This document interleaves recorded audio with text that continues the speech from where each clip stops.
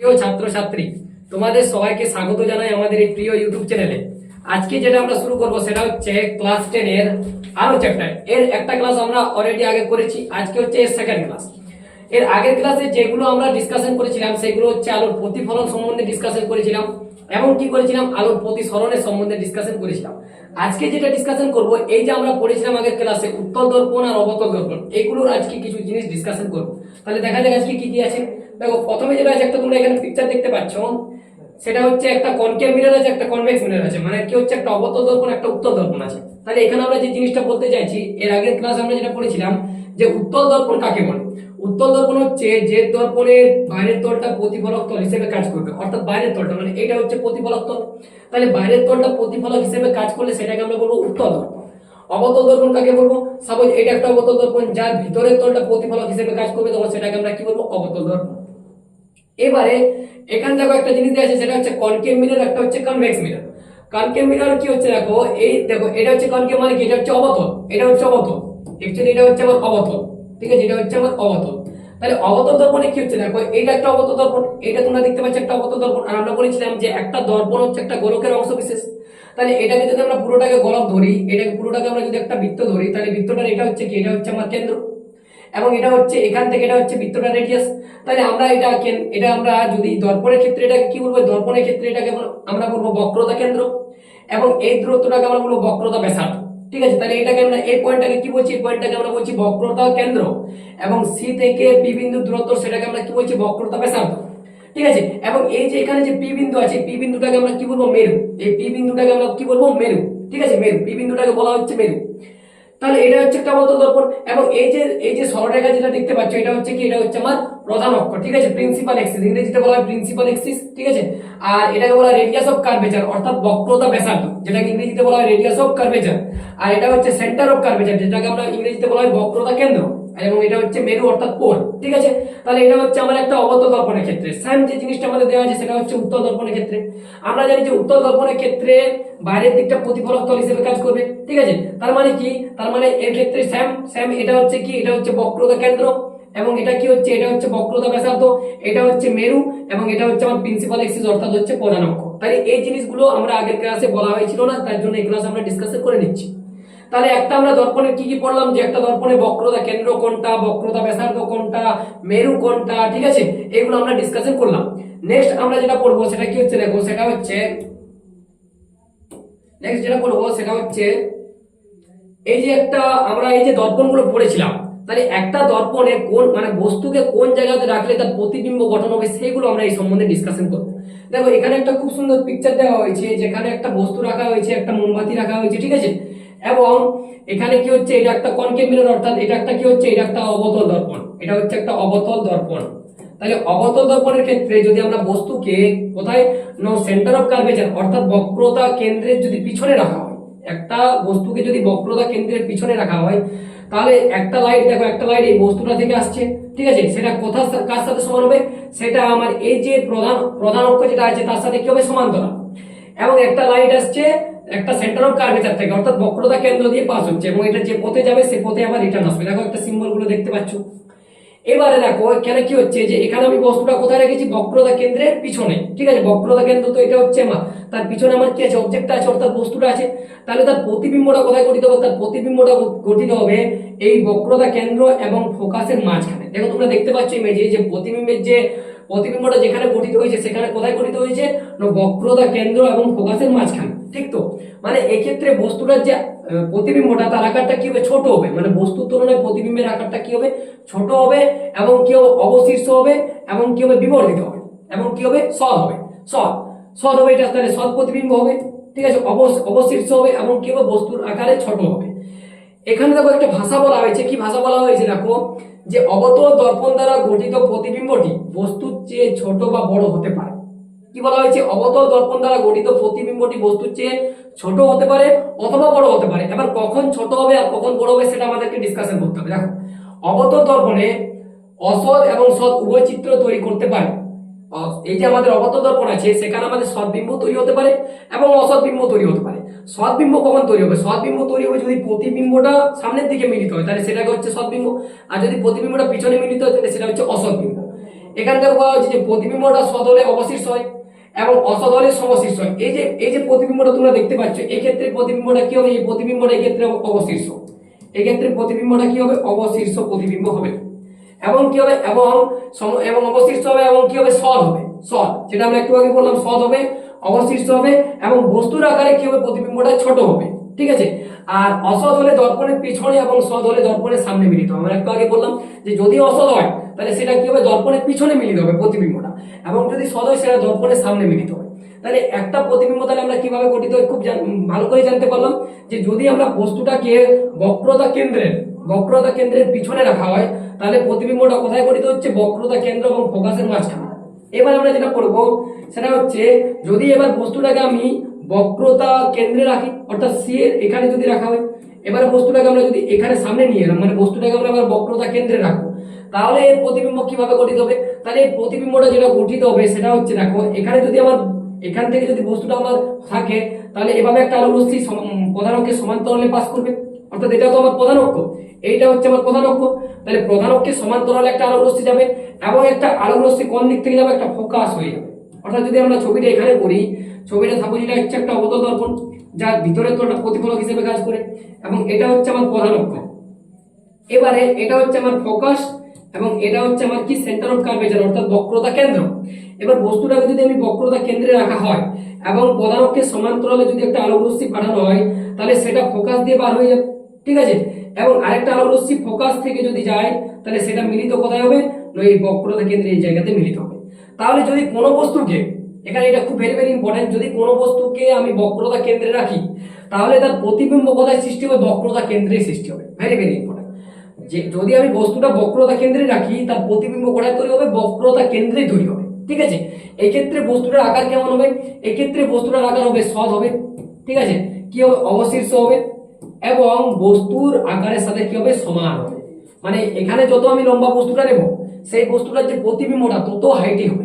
মানে যদি আমি এখানে বস্তুটা আমি 5 ফিট নিই তাহলে আমার যে প্রতিবিম্বটা তৈরি হবে সেটা 5 ফিটই তৈরি হবে। এটা ভেরি ভেরি ইম্পর্টেন্ট, ঠিক আছে। তাহলে আমরা এখান থেকে কি বললাম, যে যদি কোনো একটা বস্তুকে বক্রতা কেন্দ্রে রাখা হয় তাহলে তার প্রতিবিম্ব কোথায় তৈরি হবে?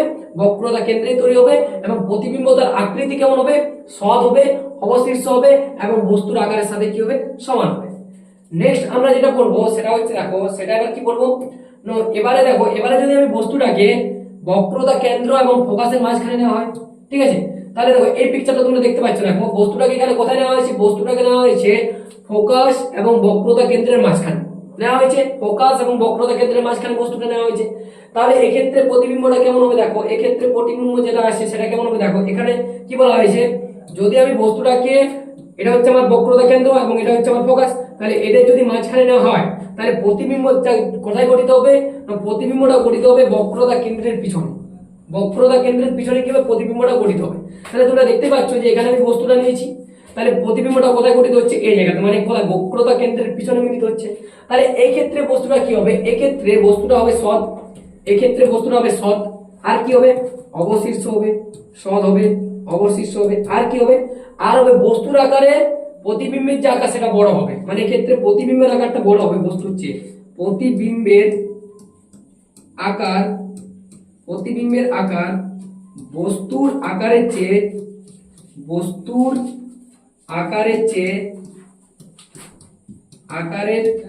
চেয়ে কি হবে?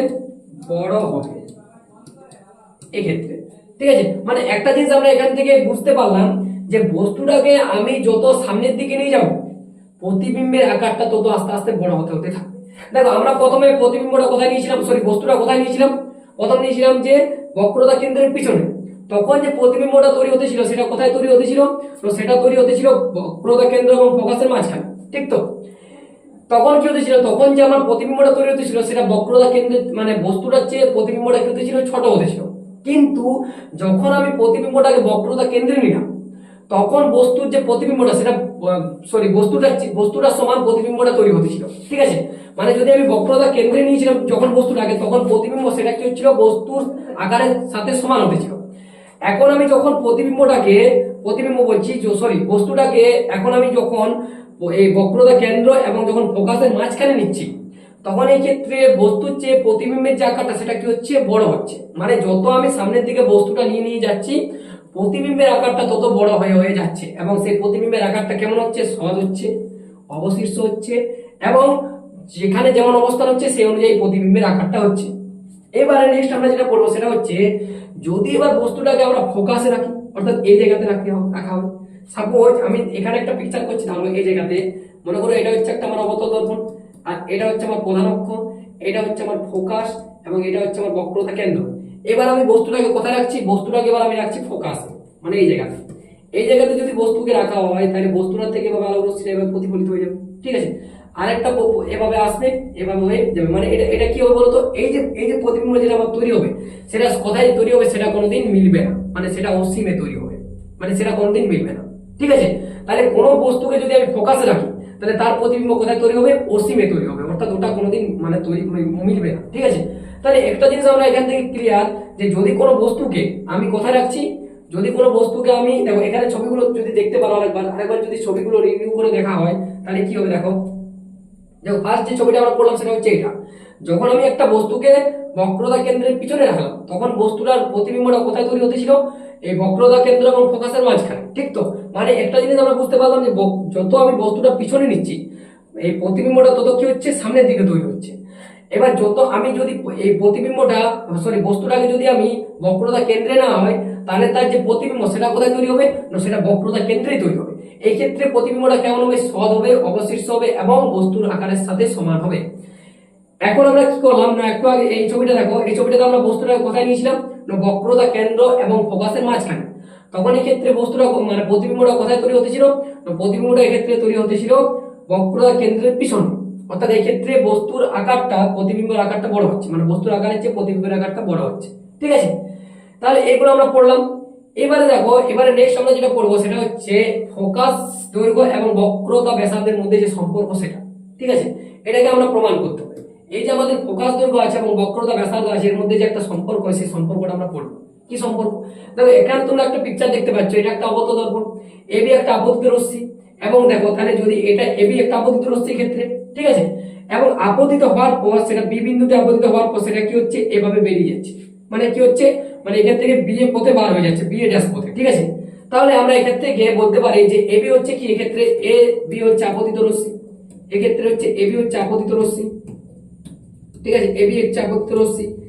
এই দেখো এদিক এইটা যেটা হচ্ছে এটা সি থেকে পি, এই যে সি থেকে পি আছে সেটা হচ্ছে কি, সেটা হচ্ছে আমার বক্রতা ব্যাসার্ধ অর্থাৎ আর, এটাকে আমরা আর বলতে পারি, বক্রতা ব্যাসার্ধ অর্থাৎ আর, ঠিক আছে। সিপি অর্থাৎ এই দূরত্বটা সি থেকে পি। আর আমি যদি সি বিন্দুর উপর একটা বি এর উপর একটা আমি যদি রেখা অঙ্কন করা হয় তাহলে এই যে কোণটা, এই কোণটা হচ্ছে আমার কি আপতন কোণ, এবং এই কোণটা হচ্ছে আমার প্রতিফলন কোণ, ঠিক আছে। আর আমরা জানি, আমরা প্রতিফলনের সূত্রে পড়েছিলাম যে আপতন কোণ এবং প্রতিফলন কোণ পরস্পরের সাথে কি হয়, সমান। তাহলে আমরা বলতে পারি যে আই সমান হচ্ছে আর, আই সমান কি হচ্ছে আর। তাহলে এখান থেকে দেখো এই যে আমার সিপি, এই যে আমার সিপি, তাহলে সিপির সাথে সিবি সমান। তাহলে আমরা এখানে লিখতে পারি যে সিপি সমান আর সমান হচ্ছে সিবি, সিবি।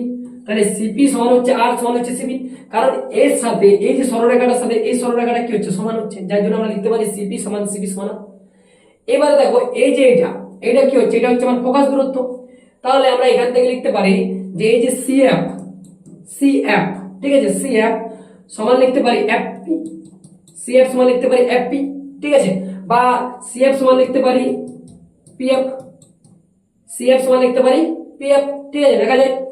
এবারে দেখো এই যে এটা আমার কি আছে, দেখো এখানে যেটা আছে বিএফ, বিএফ, ঠিক আছে, বিএফ সমান কি লেখা যাবে, বিএফ সমান লেখা যাবে পিএফ, বিএফ সমান লেখা যাবে পিএফ, ঠিক আছে। তাহলে সিএফ সমান লেখা যাচ্ছে পিএফ, আর বিএফ সমান লেখা যাচ্ছে পিএফ, সরি এটা পিএফ হবে, হ্যাঁ এটা পিএফ, পিই না, পিএফ, পিএফ, ঠিক আছে।